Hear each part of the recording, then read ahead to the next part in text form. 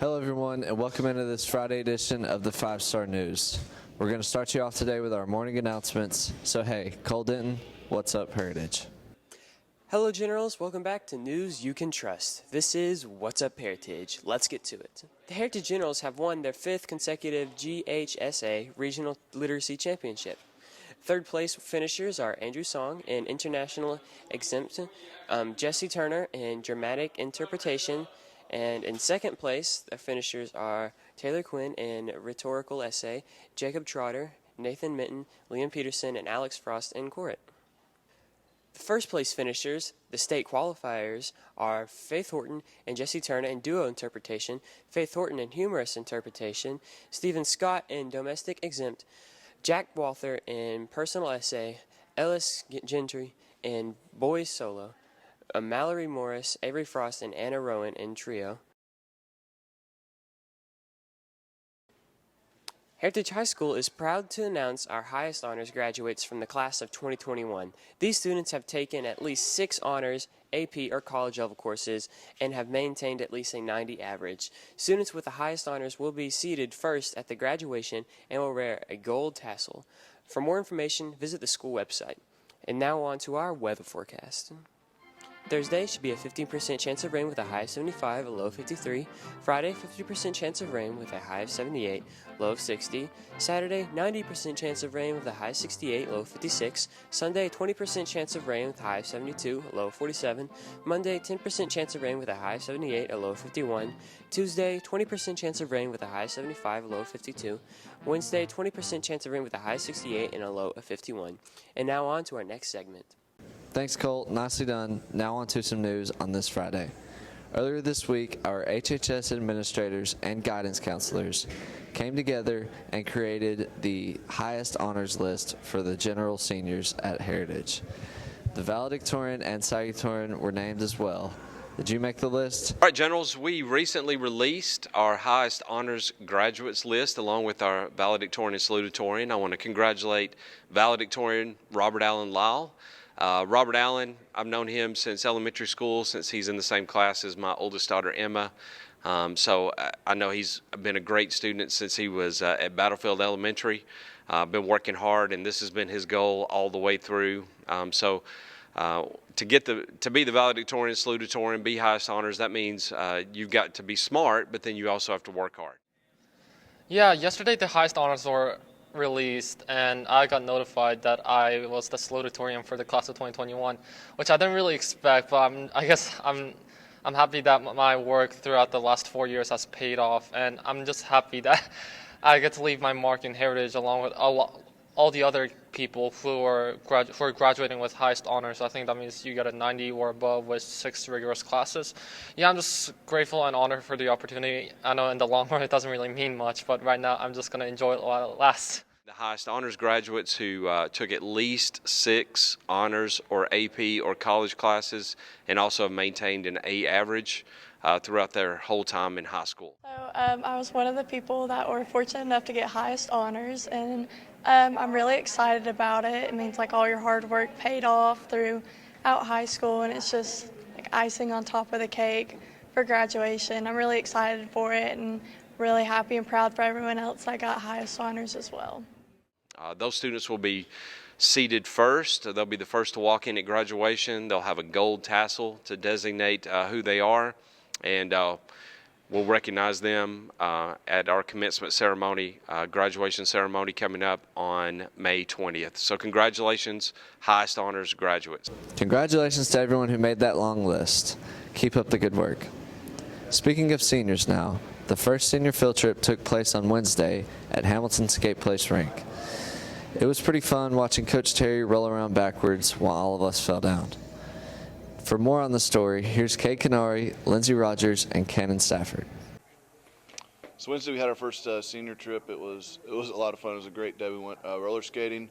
I wasn't planning on skating, but then Hunter Wyatt talked me into it, so we got out there and had some fun. I was a little surprised that there's so many kids who weren't great skaters. I don't know if we just don't do that much anymore or not, but it's a big part of my life growing up. So it was fun to get out there and skate with the seniors. Had a great day. Went to the mall and ate lunch. It's just really fun. Kids behaved. It was an awesome trip, and looking forward to the next one. The skating trip was really good. It's pretty hard to skate, but I got pretty good at it there at the end. I don't want to go again because it was kind of bad. It was probably the worst trip I've ever been on. I'd rather go to like Little Caesars. Well, the senior trip was really fun. We went skating at Hamilton Place. Is it skating? I don't know. Skate place. And then we went to the Hamilton Place Mall and ate food after. So, yeah, the roller skating trip was really fun. There's a lot of people busting their butts and falling, but I did get second in the race, so. Good stuff, guys. I know most of the seniors enjoyed the trip. I know I did. Moving on now, we have our second installment of Behind the Scenes with Alex Aguijon, Gunnar Bryson, and John Courtney. This week, they'll be talking about the videoing and behind the scenes of how we do things here. It's not just pointing and shooting. Take it away, guys. After the rundown is received, the student will go to retrieve their equipment. So, what is the most important thing when it comes to filming? Well, when you're filming, you need to make sure you're following the rule of thirds. You need to adjust your brightness, set your white balance, and focus the camera. And if you do all of those things, your shot should look good. Everyone gets a camera and a tripod, as these are the basics of shooting. The first decision is what mic to use. This depends on if they are going to get an interview or not. If your shot isn't looking good, then Mr. Green will make you go reshoot it and correct what you did wrong. Thanks. Students then must locate their shooting location, whether that be such places as the cafeteria, the gym, or even outside the school on better occasions. Once at the shooting location specific to the student's project, they have to set up the equipment gathered before going to shoot. Good job, fellas. Now it's time for a quick commercial break here on today's show, but stick around for sports. Jamison and Tate will get you in on the know on the baseball doubleheader sweep at Northwest and the three-point shootout taking place at the school. Stick around and stay tuned for sports. The night is finally here. It's the night of your prom, the one you've been waiting on all of your life. Just remember, stay above the influence. Don't drink and drive. Make it a night to remember, not a night you'd rather forget.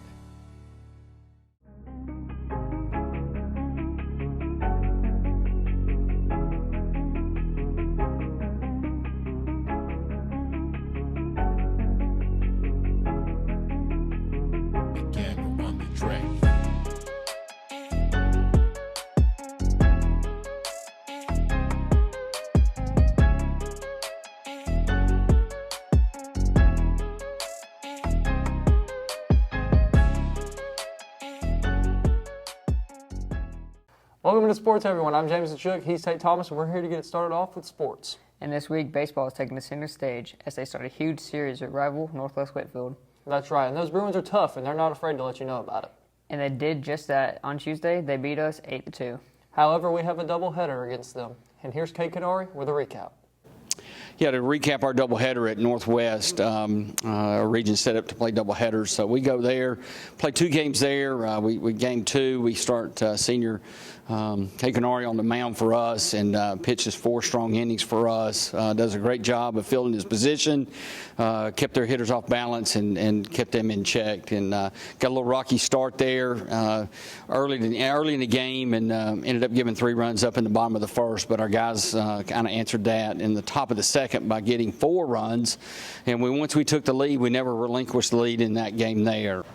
First game yesterday, we got down 3-0 first inning. Then we answered back with 4. Then we got up and stayed up the whole game. Played good. Took what we got. Just did good all around. The guys had really good approaches at the plate. It's a tough task to play 2 games in one day when you're playing a rival like Northwest to us. Is a lot, and the guys did a really good job with that.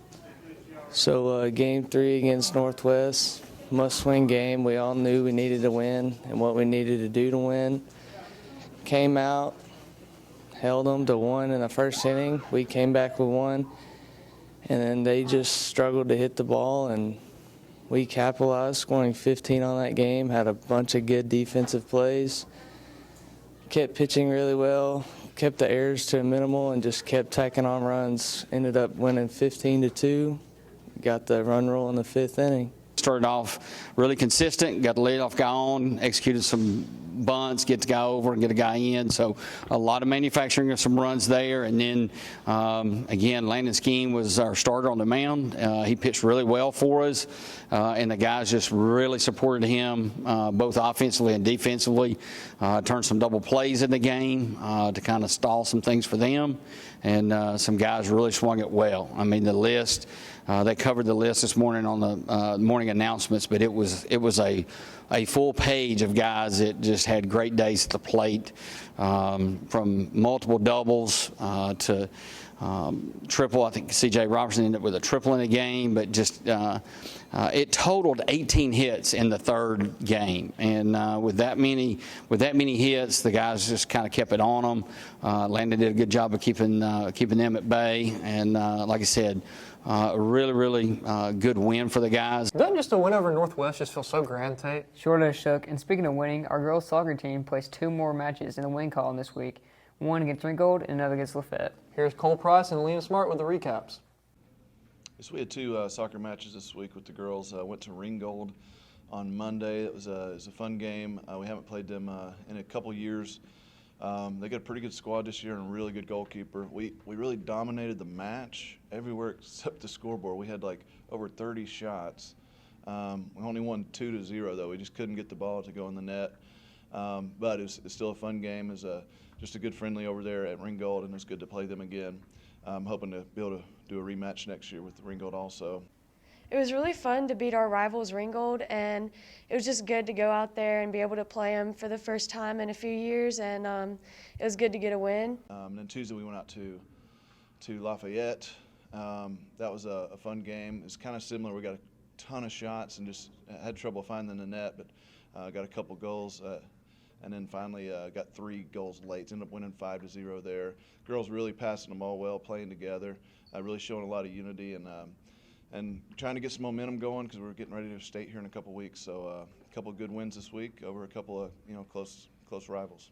The Lafayette game was a really good one. About the second half, we scored about 3 goals in really like 10 minutes. It was really it was goals back to back, so it was really fun to be able to do that and to really dominate the game. Way to go, girls, and be sure to keep up the good work. That's right. To tennis now, and Tate, do you know why Coach Green is just like shaking all the time now, and Coach Miller too?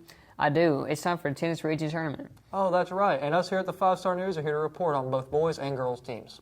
Yeah, starting on Monday, we've got the Region 7 4A tennis tournament, boys and girls. We'll be at Lakeshore Park in Dalton. That's where we have it every year, and so we're excited. Wish we'd have done a little better during the regular season. We went 3-3 in the region, so that puts us as a 4 seed out of the 7 teams. So we will actually play the 5th seed in the first round to decide if we get to go to state or not. And so we'll be playing Pickens, and we beat them 3-2 in the regular season, but it was like very close. And so I'm hoping that we're going to do a little better this time, and we should pull that out. Our region tournament's coming up this next week on Monday and Tuesday. They're going to be all day. We're trying to get first so we can get a good seed at state, hopefully host a few rounds. It looks pretty decent. We finally have a full team, so we won't have to forfeit any matches, and hopefully we can get that win. Girls Region Tennis Tournament cranks up on Monday for our Heritage Generals, and we're really ready to go. We're right where we need to be. We're the number 2 seed, so we're supposed to play Ridgeland at 9:30 on Monday morning, but Ridgeland's only got a couple of players. We're pretty sure we're going to win that match, even if they play. So if they don't play, we'll get really a bye, and that'll put us into the semifinal matchup against Cedartown. And we played Cedartown earlier in the year and beat them 3-2. It was kind of tight. So I'm not like thinking we've got an automatic trip to the finals because Cedartown could beat us, but we're playing better right now than we were playing earlier in the year. So, and that's the time to be playing good as a region tournament time because really nothing else matters right now. The region tournament starts on Monday, and we play Ridgeland, and they're probably going to forfeit because they haven't played a game. And right now we're 2nd seed, and we've been practicing a lot, and we're hoping to get out there and do our best and get a win. Good luck to both squads next week. And on to basketball. And I thought the seasons ended a couple months ago. Well, you see, they did, but the basketball's still flying around the auxiliary gym because we have our annual three-point contest that just started this week. That's right, and our Camas got some first-round action. Who won? Who advanced? Well, us here at the 5-Star News are here to bring you the report. Okay, yeah, the three-point shootout has started here at Heritage High School, and we think we have almost 30 teams this year, not quite as many as years past, and we started on Tuesday, so we had 4 games on Tuesday, and I think probably the favorites won, except for one game. I think we had an upset. So my back's kind of hurting a little bit from Karen Anderson, but I made all the shots around the first round, and then we got to the corner and I started missing them. And then Anderson ended up hitting one then, and then we ended up going all the way back and we just couldn't make the final 2 shots. My name's Tanner, and we end up winning against Ryan Heat and Anderson Brenton in the first round. And we're going to win it all coming for the next round. You never know when teams are going to, pitch a perfect game and beat somebody they shouldn't beat. So I think that's the fun part of it, And Took us a minute. Lennon got hot. I think his partner did pretty good too. So they just came back and beat us and got us on that last shot. Right, we plan to come back. I mean, I don't know who we got, but hopefully we shoot better this next round, and hopefully we don't lose out and lose in the losers bracket. So hopefully we win and work our way back up there. Those look like 2 pretty good matchups, but if you ask Coach Green, him and his son Carson will be winning the whole thing apparently. That's the truth, Jameson. But one event Coach Green has been pretty legit in this year is our weekly edition of Sports Trivia. That's right. However, last week, Bobby beat up on some of your favorite people here at the 5-Star News and Coach Green. Here's Damon Jones, Cameron Boatwright, and Carlos Green with Sports Trivia. Oh, yeah. Little song for the sneakerheads. FTC. Why not? Boss is one. Let me get a heat check. Can I get a heat check? Heat check.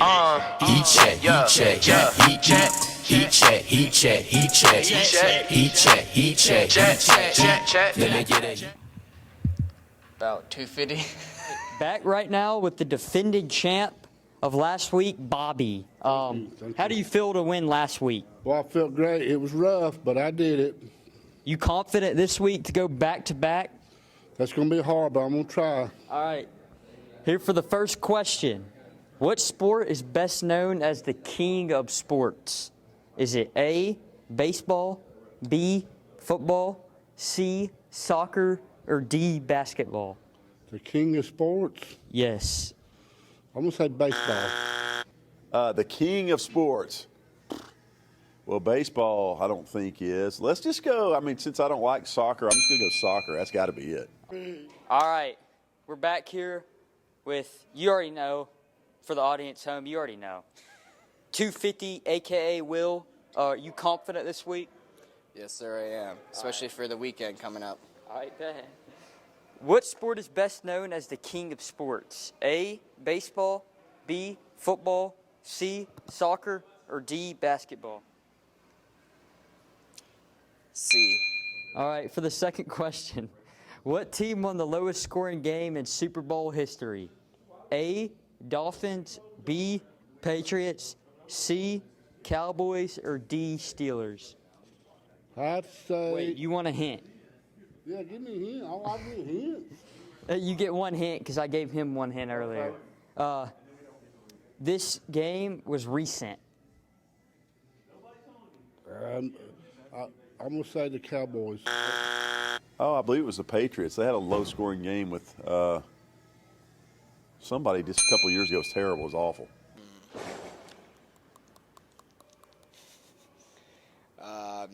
A. Okay. For the third question, which Braves pitcher hit 2 grand slams in one game? A, Tom Glavine, B, Tim Hudson, C, Tony Cloninger, or D, Mike Hampton? How'd you say Hampton? It's Tony Cloninger, and he hit 2 in the same game. I would have to go with D. Okay. For the bonus question. Bonus, baby. I need the bonus. What quarterback kicked a 91-yard punt? A, Roger Staubach, B, Mike Vick, C, Peyton Manning, or D, Randall Cunningham? The quarterback that kicked the field goal. 91-yard punt.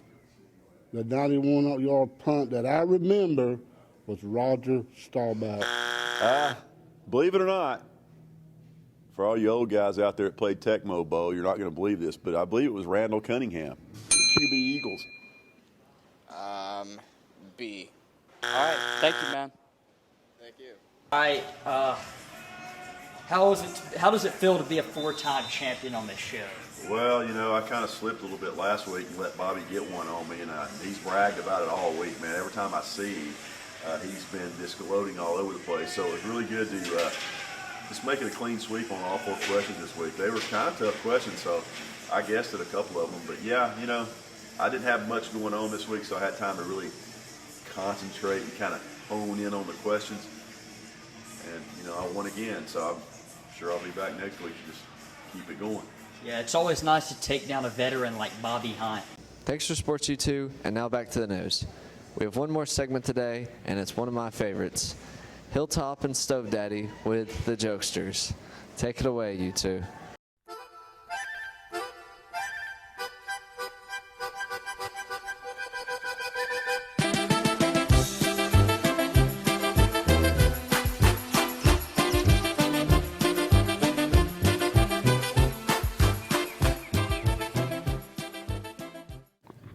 What up, big ballers? It's your boy Stove Daddy with Hilltop. And we're back with another edition of the Jokesters. We're going to be telling some new jokes, and they're funny. Stay tuned. All right, I'm with Trey for the first joke. What's the difference between the bird flu and the swine flu? I don't know. One requires treatment and the other an ointment. Wow, dude. You got me on that. I'm back with old Sir Dylan Bryan for the second joke of this segment. Dylan, what kind of music do planets like? What kind? Neptunes.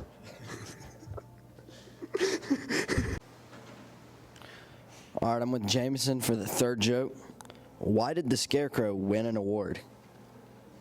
Because he was outstanding in his field. I'm back with Tate Thomas for the last joke of the week. Tate, how do rabbits travel? I don't know how they travel. By hairplanes.